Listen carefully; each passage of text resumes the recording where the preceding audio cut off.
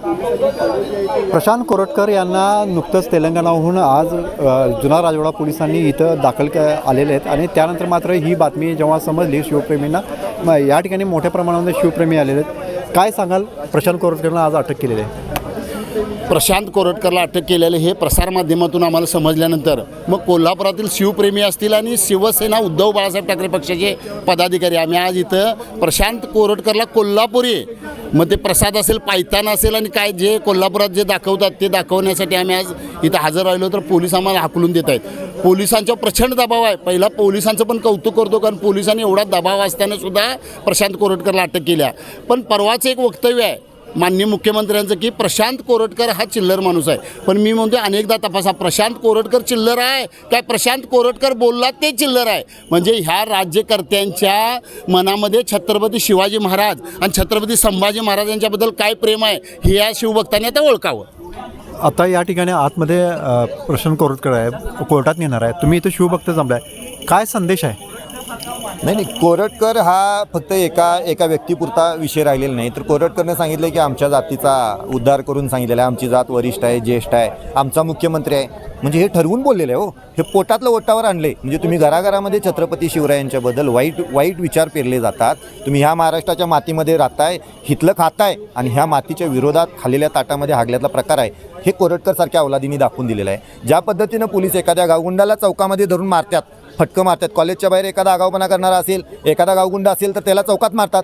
मग प्रशांत कोरटकरला एवढी VIP treatment देण्याची गरज काय? काही आलेली लोक जीव घेणार आहेत त्याचे? काय नाही, काय मारतील, 4 पायतानं मारतील त्याला कोल्हापूरची, दुसरं काय करणार आहेत? एखादी शाही पिकून मारतील, काळं तोंड करतील, शेण पाजतील तोंडाला, ह्याच्या पलीकडे काय होणार आहे?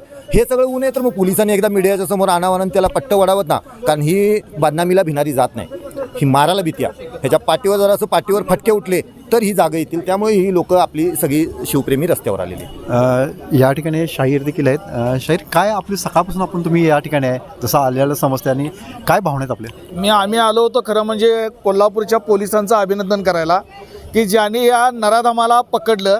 प्रसारमाध्यमाने हा विषय लावून धरला म्हणजे या दोघांचंही अभिनंदन खऱ्या अर्थानं. का तर ह्या नराधमाला किती दिवस, महिनाभर तुम्ही बंदोबस्त लावताय, बंदोबस्तातनं ते पळून जातोय, छत्रपतींच्याबद्दल, संभाजी महाराजांच्याबद्दल घाणेरडं मत व्यक्त करतो आणि ह्याला संरक्षण परत पोलीस देतात. म्हणजे राहुल सोलापूरच्या घराला बी पोलिसांनी संरक्षण दिलं. म्हणजे ह्या हरामखोराला तुम्ही किती दिवस पोचणार आहात? म्हणजे आता तुम्ही इथं कोर्टात नेऊन नाटक करणार आहात का? आम्हाला तेही सांगा. म्हणजे तो जामीनमधनं मुक्त झाला, परत नागपूरमधल्या अनेक टवाळकी महाराजांच्या विषयी मत व्यक्त करायला, घाणेरडं बोलायला तयार. अरे काल नेत्याला तुमच्या बोलल्यावर तुम्हाला एवढी टाचणी लागली, तुम्ही ते स्टुडिओ पेटवायला निघालाय, फोडायला गेला. आणि शिवराय तुमचा बाप नाही का? संभाजी महाराज तुमचा बाप नाही रे, या देशाचा आणि महाराष्ट्राचा बाप आहे, लक्षात घ्या. बापाविषयी जर तुमच्या बोलत असतील तर तुम्ही शंडात का? किती दिवस मुख गिळून बसलात? लक्षात घ्या, या छत्रपतीचा मावळा कोल्हापुरात आहे. ताराणीची गादी इथलीच होती, छत्रपतींचा विचार इथलाच होता. औरंगजेबाला गाडायचं काम याच मातीतनं झालं आणि म्हणून या कोरटकरला खऱ्या अर्थानं इथला शिवभक्त आपलं उत्तर देईल. फक्त बाहेर आम्ही वाट बघालोय.